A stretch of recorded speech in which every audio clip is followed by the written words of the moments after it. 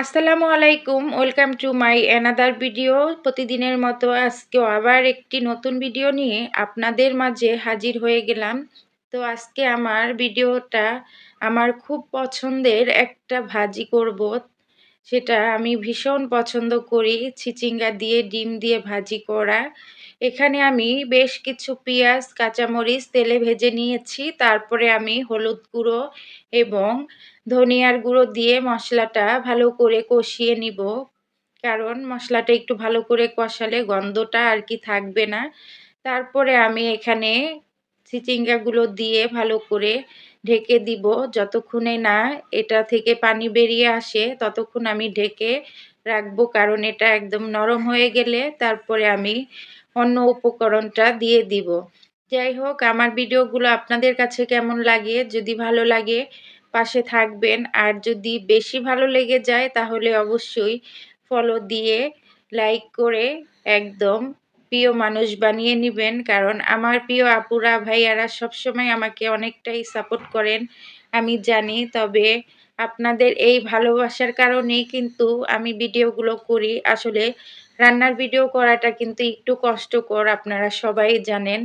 কারণ রান্নার ভিডিও যতটা কষ্ট হয় ততটা কষ্ট কিন্তু অন্যান্য ভিডিওতে করতে হয় না, কারণ আমি তা জানি। আমি যেহেতু অন্যান্য ভিডিওগুলো করি মাঝে মধ্যে, আমি দেখেছি রান্নার ভিডিওটাই সবচেয়ে বেশি কঠিন।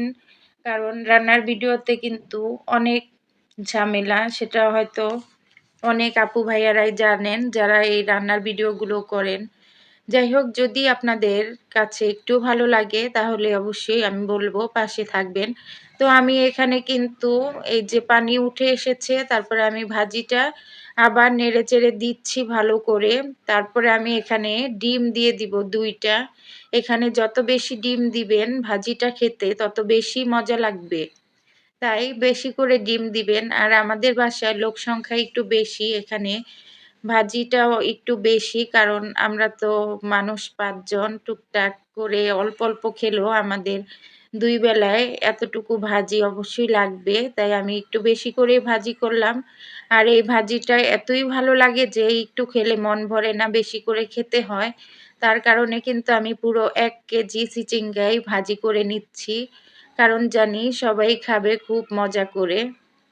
যাই হোক, এখন আমি ডিম দিয়ে এটা থেকে যতক্ষণে না পানিটা শুকিয়ে তেলটা উপরে ভেসে উঠবে ততক্ষণ পর্যন্ত আমি ঢেকে ঢেকে আর কি ভাজিটা রান্না কমপ্লিট করব।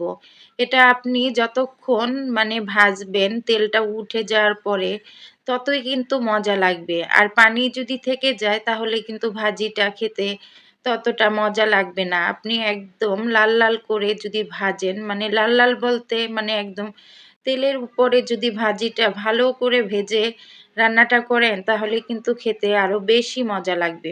এই ভাজিটা আসলে যেকোনো কিছুর সাথে খাওয়া যায়। ভাতের সাথেও খাওয়া যায়, রুটির সাথেও খাওয়া যায়, পরাটার সাথেও খাওয়া যায়। এই ভাজিটা করলে আপনি খুব মজা করে খেতে পারবেন। আমি তো বললাম আপনারা একদিন ট্রাই করে দেখতে পারেন।